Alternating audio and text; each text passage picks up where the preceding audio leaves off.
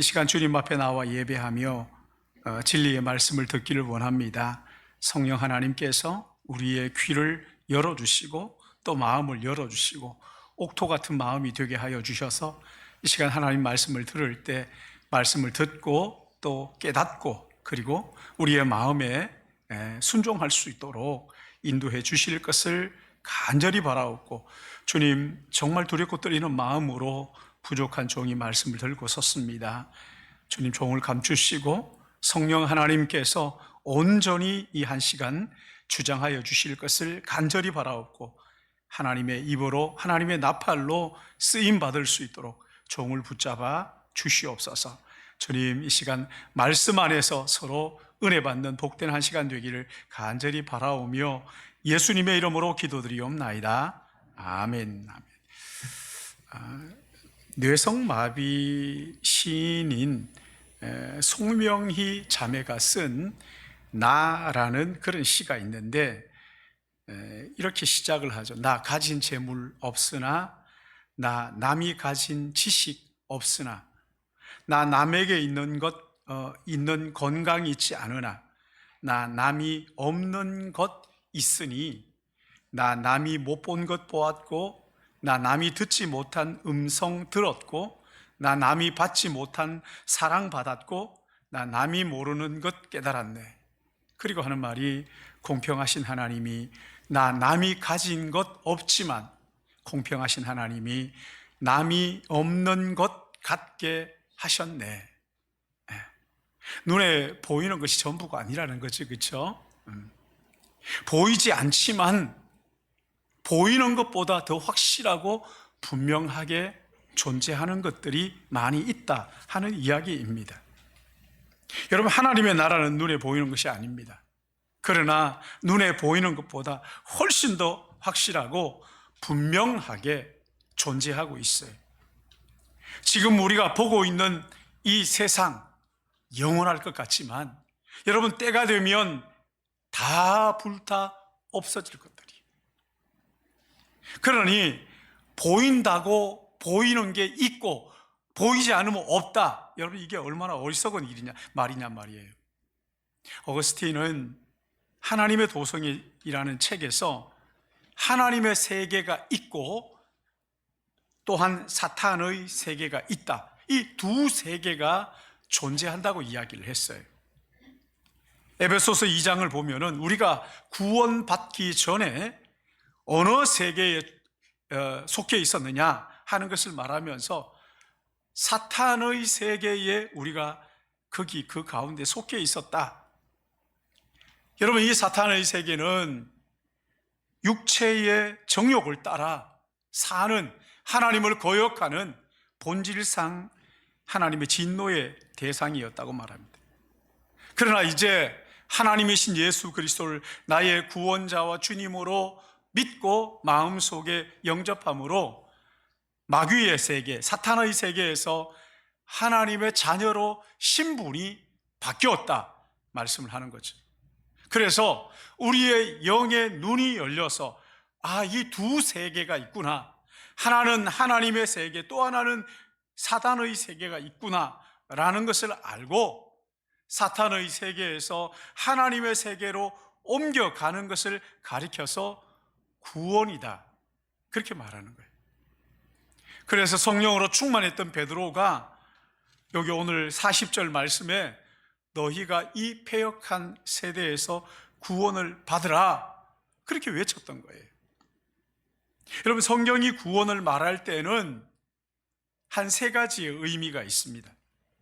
하나는 종말론적 구원, 그러니까 아직 일어나지 않는, 예수님께서 이 땅에 재림하시고 그리고 이 땅에 하나님의 나라가 이루어지는 종말론적 구원, 이게 우리 안에 이루어졌다는 것이지.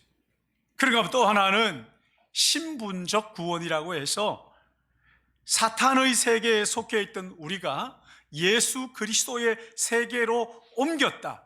그러니까 사탄의 세계에 있는 나의 이 호적을 파서 하나님의 나라의 그 호적으로 옮겼다. 여러분, 이게 신분의 변화, 신분적 구원, 그렇게 말합니다.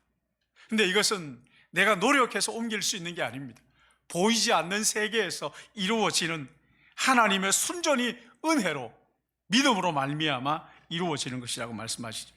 세 번째 구원은 뭐냐면 성화적 구원이라고 말합니다. 예수를 믿고 하나님의 자녀가 된 사람들은 더 이상 자기를 위하여 살지 않습니다. 이 땅을 위하여 살지 않습니다. 무엇을 위하여 살아야 후회하지 않는 삶인지를 알기 때문에 그렇습니다. 하나님의 나라를 위하고 하나님의 영광을 위하여 하나님의 그 거룩하심을 위하여 예수님을 닮아가는 삶을 살게 되는 것이죠. 여러분, 이것을 성화적 구원 이렇게 말합니다. 구원은 이 세 가지의 의미가 함께 있는 거예요. 여러분, 그렇다고 한다면 여러분은 정말 구원받았습니까?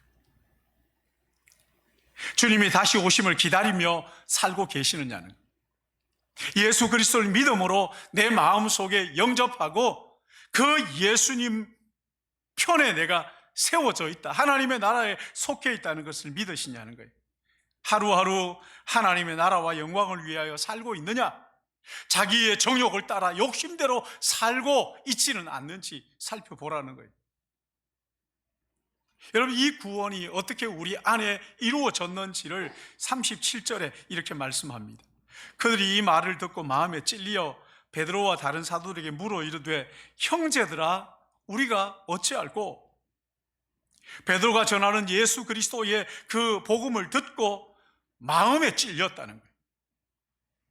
히브리서 4장 12절 13절 말씀 보시면, 하나님의 말씀은 살아있고 활력이 있어 좌우에 날선 어떤 검보다 예리하여 혼과 영과 관절과 골수를 찔러 쪼개기까지 하며 또 마음의 생각과 뜻을 판단하시나니 지으신 것이 하나도 그 앞에 나타나지 않은 것이 없고 우리의 결산을 받으실 이의 눈앞에 만물이 벌거벗은 것 같이 드러나느니라. 여러분, 하나님의 말씀은 살아있다는 거예요. 그래서 이 하나님 말씀을 들을 때 좌우의 날선 검보다 예리하게 우리 안에 혼과 영과 관절과 골수를 찔러 쪼개고, 이게 무슨 말입니까? 보이지 않는, 아니 감추어져 있는 죄악을 다 드러내신다. 내 속에 감추어져 있는 죄악을 다 드러내셔서 예수 그리스도의 십자가의 보혈로 씻어 깨끗하게 해주시겠다, 치유하시겠다. 그래서 여러분, 우리는 날마다 십자가 앞에 나가는 거예요. 내가 매일 십자가 앞에 더 가까이 가오니 날마다 십자가 앞에 나가서 날마다 죄 씻음을 받는 것이 필요하단 말이죠. 여러분, 말씀을 들을 때 또는 여러분이 말씀을 읽을 때 내 속에 감추어져 있던 죄악이 드러날 때가 있습니다. 죄가 커 보이고 갑자기 내가 정말 더러운 죄인이구나 라고 깨달아지는 때가 있단 말이에요. 여러분, 죄가 드러날 때 어떻게 해야 된다고요? 형제들아, 우리가 어찌할꼬? 주님 앞에 내가 어떻게 해야 됩니까? 다른 사람들 쳐다보지 말고 자기 자신을 돌아보면서, 주님, 제가 어떻게 할까요? 사람들이 설교를 들을 때 참 여러 가지 반응을 하는데, 어떤 사람들은 말씀을 들을 때요, 야, 이 말씀은 내 남편이 들어야 되는데, 내 아내가 들어야 되는데 하면서 옆 사람을 자꾸 쿡쿡 찌른다는 거예요. 그리고 또 어떤 사람들은 설교를 들으면서 저 목사가 나한테 얘기하는 거구나, 그런다는 거죠. 그리고는 막 속으로 막 그냥 부글부글 끓는 거예요. 가끔 그런 분들이 있어요. 저한테 얘기하더라고요. 목사님, 제 얘기하신 거죠. 제가 그걸 어떻게 알고 얘기하겠어요? 하나님의 말씀은 살아있고 운동력이 있어. 여러분, 이 말씀이 내가 들을 때 내 마음속에 말씀에 찔림을 받아가지고 내 죄가 드러날 때가 있다는 거예요. 그리고 또 하나는 성령이 내게 주시는 하나님의 말씀으로 깨닫고 믿고 순종하는 사람들이 있어요. 여러분, 주님이 기뻐하시는 마음 아닙니까? 성령이 주시는 말씀으로 깨닫고 순종하는 여러분들 되시기를 주님의 이름으로 축복합니다. 내게 주시는 말씀이구나, 하나님이 나에게 주시는 말씀이라 깨닫는 거예요. 그런가 하면 여기 보시면 살았고 운동력이 있는 하나님의 말씀, 이 말씀에 찔림을 받을 때 어떻게 해야 될 것인가? 하나님 앞에 나를 맡기는 거예요. 하나님의 말씀을 믿고 순종하는 것, 그것과 함께 그 말씀 앞에 나를 맡기는 거예요. 나를 맡기는 거예요.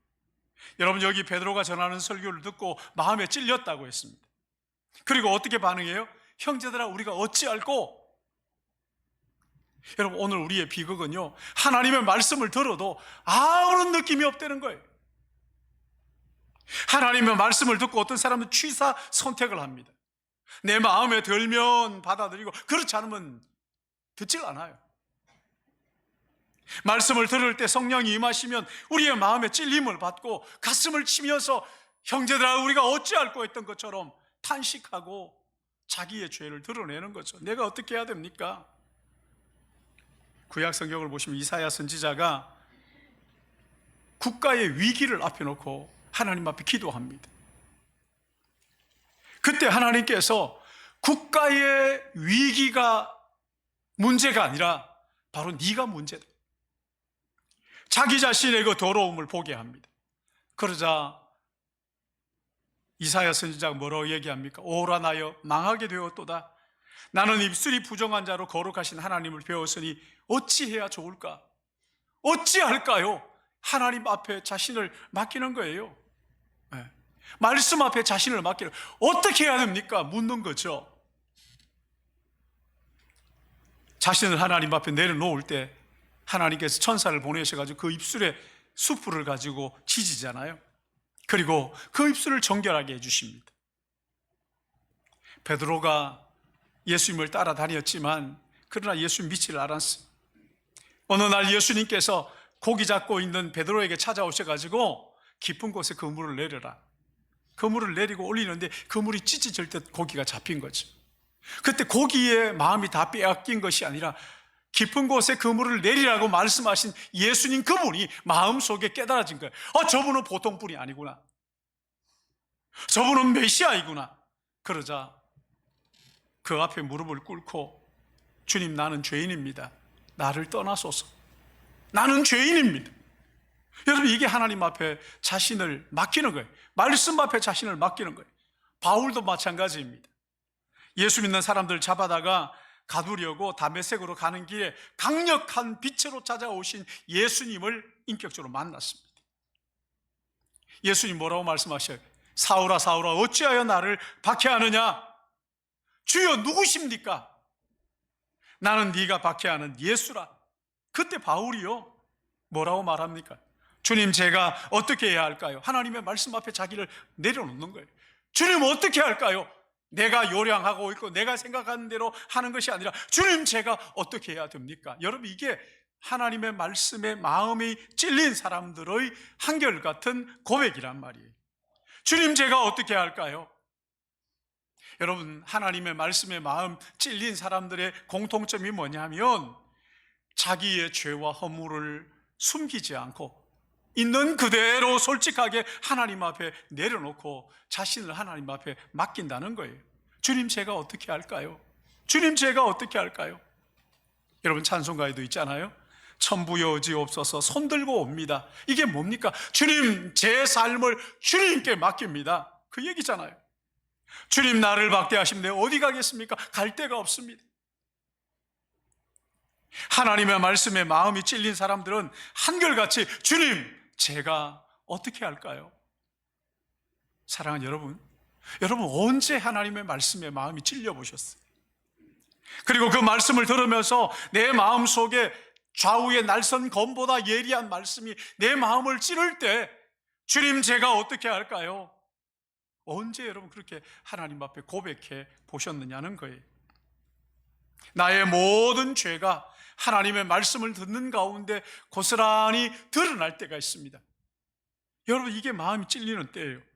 그럴 때 다른 사람들을 바라보지 마시고요, 하나님 앞에 자신을 내놓는, 주님, 제가 어떻게 할까요? 그 말씀 앞에 자기를 맡겨야 되는 거예요. 예수님께 맡기는 거죠. 사랑하는 여러분, 말씀을 듣고 마음이 찔릴 때마다 여러분의 삶을 주님께 맡기시기를 주님의 이름으로 축복합니다. 하나님의 말씀에 마음 찔린 사람들, 여러분 이런 사람들은요, 아니 하나님께 내 삶을 다 맡긴 사람들은요, 무슨 일을 하든지 그 속에서 하나님을 발견합니다. 하나님을 깨닫는 거예요.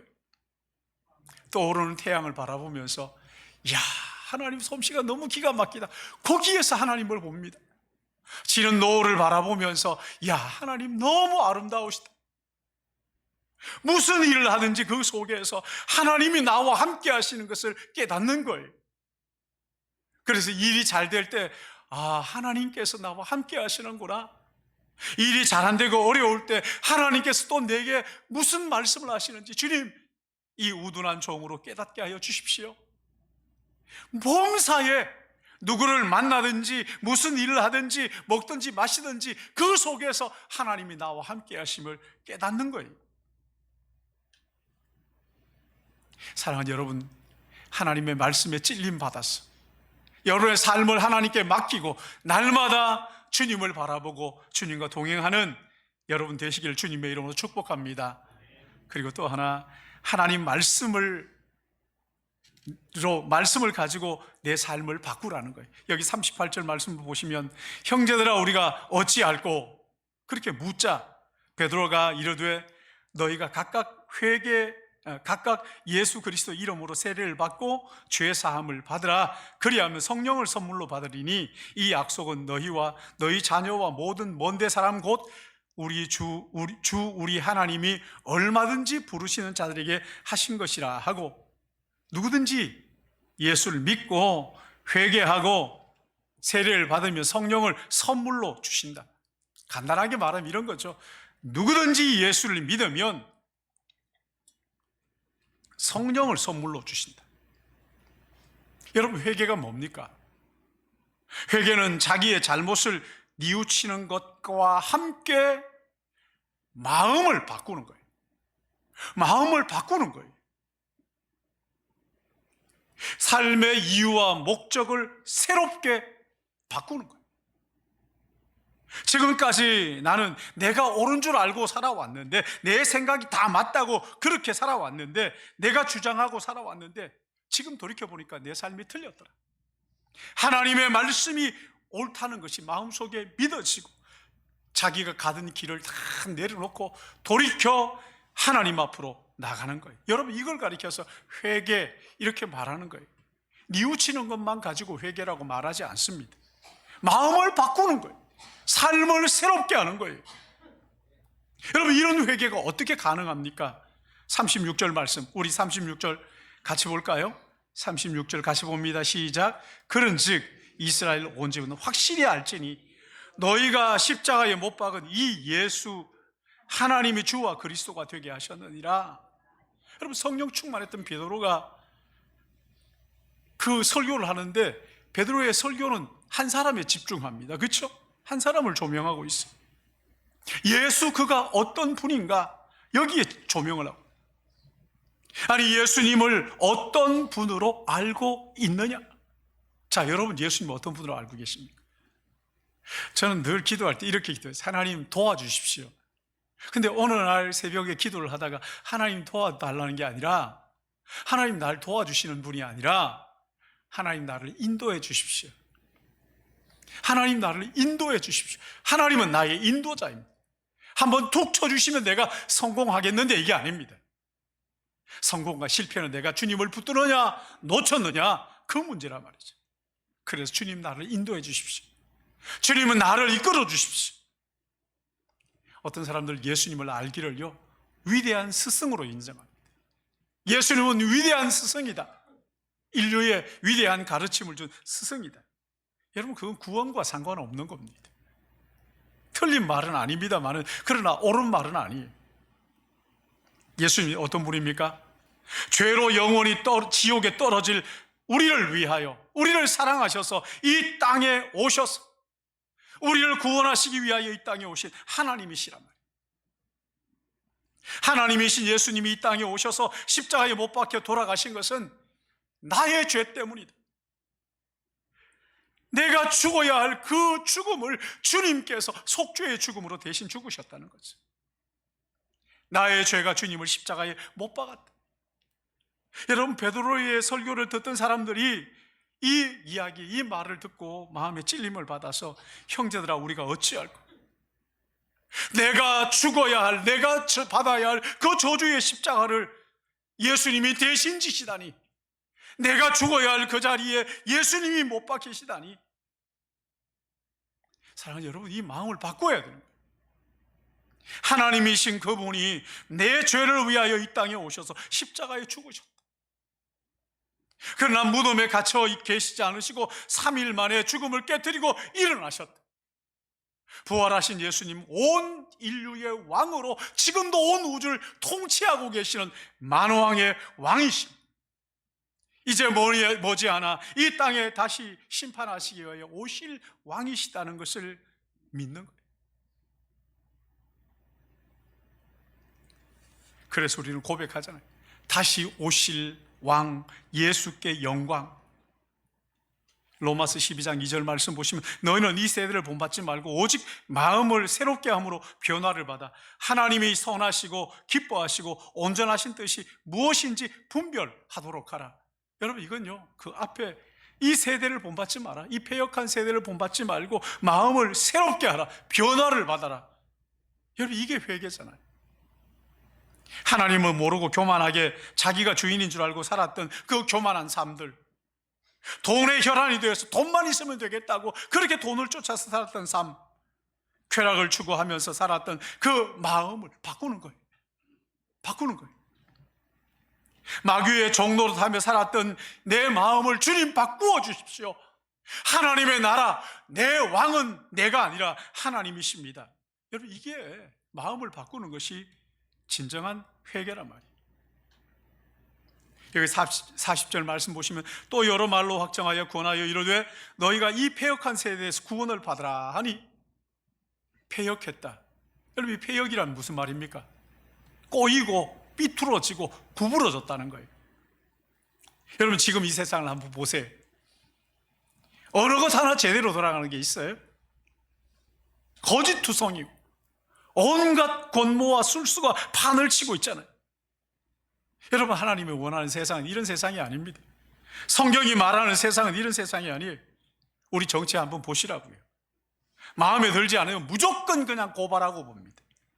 무조건 탄핵한다. 여러분, 이게 정의가 어디 있어요? 무조건 자기 편이 옳다고 얘기하고 자기가 원하는 대로 나오지 않으면 거부합니다. 틀렸다는 거예요. 서로 어떻게 하면 살릴 수 있을까 생각하지 않습니다. 어떻게 하면 저 사람을 죽여서 내가 그 자리에 올라갈까, 그 생각만 골몰하고 있습니다. 패역한 세대입니다. 아버지가 일찍 돌아가시고 엄마와 딸 두 사람이 어렵게 살고 있는 가정이 있었어요. 딸은 입버릇처럼 이놈의 가난한 집구석 하루라도 내가 빨리 벗어나야 되겠다고 가출할 궁리만, 집을 떠날 궁리만 하는 거예요. 엄마가 얘기합니다. 얘야, 성인이 돼서 나가도 늦지 않단다. 세상이 네 생각처럼 그렇게 호락호락하지 않아. 근데 어느 날 저녁에 딸이 돌아오지 않습니다. 딸의 방을 갔는데 방이 어수선한 거예요. 딸이 가방을 싸서 가출을 했어요. 그 딸은 리오데자네이로라는 그 브라질의 대도시로 떠나가고 없었어요. 엄마가 급하게 가방을 꾸려가지고는 자기 사진을 수백 장 준비를 합니다. 그리고 그 도시에 가서 딸이 갈 만한 곳마다 자기 사진을 붙입니다. 붙이고 돌아다니. 가출한 딸이 한 주간 지났을 때 가지고 온 돈이 다 떨어졌어요. 3일 동안 아무것도 먹지를 못한 거예요. 행색이 말이 아니었어요. 엄마가 보고 싶고 집이 그리웠지만 어떻게 할 수가 없었어요. 별의별 생각을 다 하면서 거리를 투덜투덜 걷고 있는데 벽에 붙은 사진 한 장이 눈에 들어오는 거예요. 엄마 사진이에요. 얼른 그 사진을 떼가지고 봤는데 그 뒤에 이렇게 적혀 있어요. 크리스틴, 내가 너를 얼마나 사랑하지 아니? 네가 무슨 일을 했든지 어떤 형편이든지 제발 돌아오기만 해라. 엄마는 네가 돌아올 때까지 기다릴 거야. 그날 저녁에 울면서 집으로 돌아갑니다. 여러분, 이거 실화예요. 사랑하는 여러분, 구원이 뭡니까? 이 패역한 세대에서 구원을 받으라. 구원이 뭐예요? 아버지 집으로 돌아가는 거예요. 하나님 아버지, 제가 잘못 살았어요. 제 마음을 바꾸고 아버지의 집으로 돌아가오니 주님 저를 받아주십시오. 여러분, 하나님은 지금도 우리가 돌아오기를 기다리고 대문을 닫지를 못하고 활짝 열어놓고 두 팔 벌려 기다리고 계시는 거잖아요. 하나님 아버지 품으로 돌아오라. 이 인류를 향해서 하나님께서 너희들 다시 내 품으로 돌아오느라, 그래서 오신 분이 예수님이라. 그 예수님을 통해서 아버지 집으로 돌아가는 귀향. 여러분, 이게 구원이에요. 이게 구원. 하나님의 계획을 다 잊어버리고 하나님의 사랑을 까맣게 잊어버리고 믿지도 못하고 세상의 것을 쫓아서 살았던 삶을 돌이켜서 나 이제 아버지 집으로 돌아갑니다.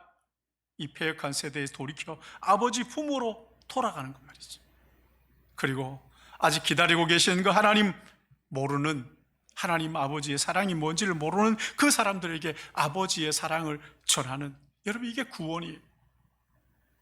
오늘 이 말씀을 마음에 담고 우리 같이 찬송가, 여러분, 찬송가 한번 보세요. 527장을 보시면 가사가 이렇습니다. 어서 돌아오, 어서 돌아오. 지은 죄가 아무리 무겁고 크기로 주 어찌 못 담당하고 못 받으시리. 우리 주의 넓은 가슴은 하늘보다 넓고 넓어. 어서 돌아오, 어서 돌아오.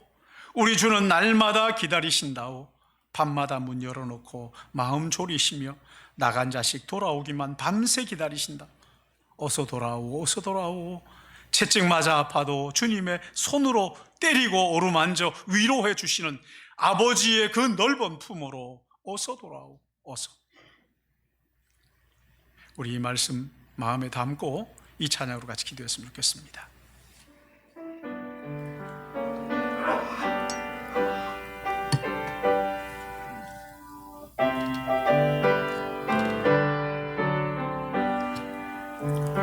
어서 돌아오,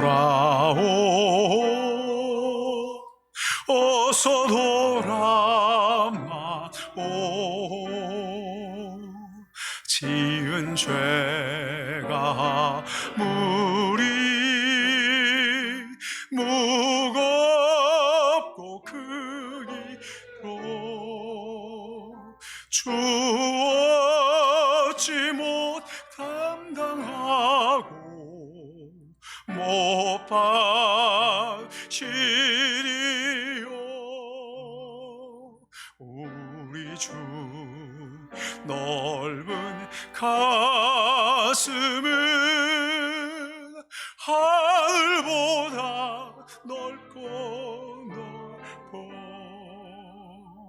어서 돌아오,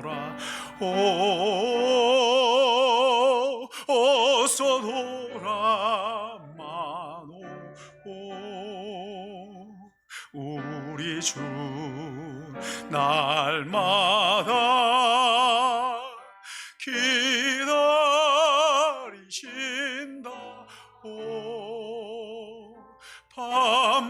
밤마다 문 열어놓고 마음 졸이시며 나간 자식 돌아오기만 밤새 기다리신다오. 어서 돌아오,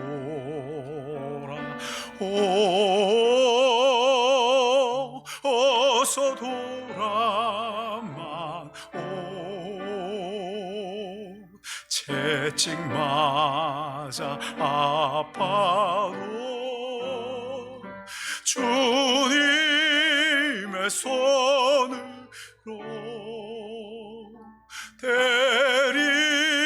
데리시고 어루만져 위로해 주시는 우리 주 넓은 품으로 어서 돌아오소. 아멘. 사랑의 하나님 아버지, 이 패역한 세대에서 구원받으라 말씀하시면서 살아있는 말씀에 우리의 마음이 찔리고, 그리고 그 하나님의 말씀 앞에 우리 삶을 드리고 내 마음을, 내 삶을 새롭게 함으로 구원받은 자다운 삶을 살기를 원합니다. 우리 모두를 성령님께서 붙잡아 주셔서 아버지 하나님, 이 패역한 세대에서 구원받을 뿐만 아니라 아직도 하나님의 사랑을 모르는 이웃의, 형제의 지체들, 영원한 지옥으로 향하여 내가 어디로 가는지 알지를 못하고 달려가고 있는 이 사람들을 향하여서 하나님 아버지의 집으로 돌아오라고, 하나님 아버지께서 기다리고 계신다고, 하나님 아버지 그 영원한 집으로 가자고, 그렇게 함께 외치고 전함으로 온전한 구원을 이루고 또한 구원을 이 땅에서 누리는 우리 믿음의 가족들 되도록 축복해 주시기를 간절히 소원하옵고, 아버지 하나님, 이 시간에 우리의 마음을 다하여 우리의 삶과 함께 귀한 예물을 구별하여 주님 드리기 원합니다. 아버지 하나님, 우리의 마음을 담아 주님 앞에 올려드리오니 이 어려운 시절에 하나님 앞에 기쁨으로 드림으로 채워주심의 은혜가 무엇인지 경험하며 살도록 주님 붙잡아 주실 것을 간절히 바라옵고 예수님의 이름으로 기도드리옵나이다. 아멘. 우리 다 찬양하자, 다 감사하자. 찬양 드리면서 준비하신 예물 하나님 앞 드립니다.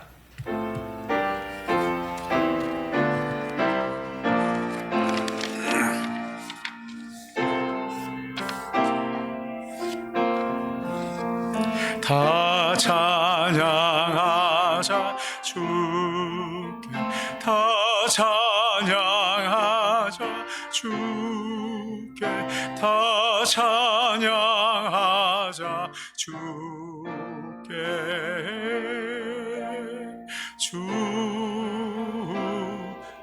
다 감사하자, 다 감사하자, 감사하자 주께, 다 감사하자 주께. 주,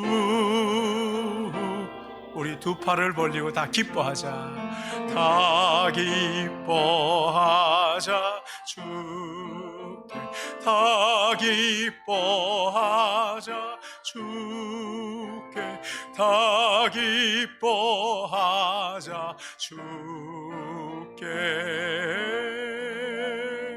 주,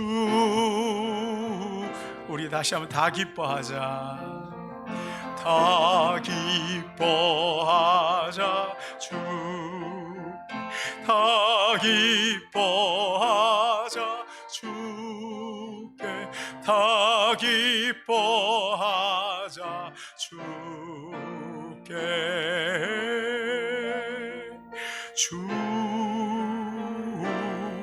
주님께.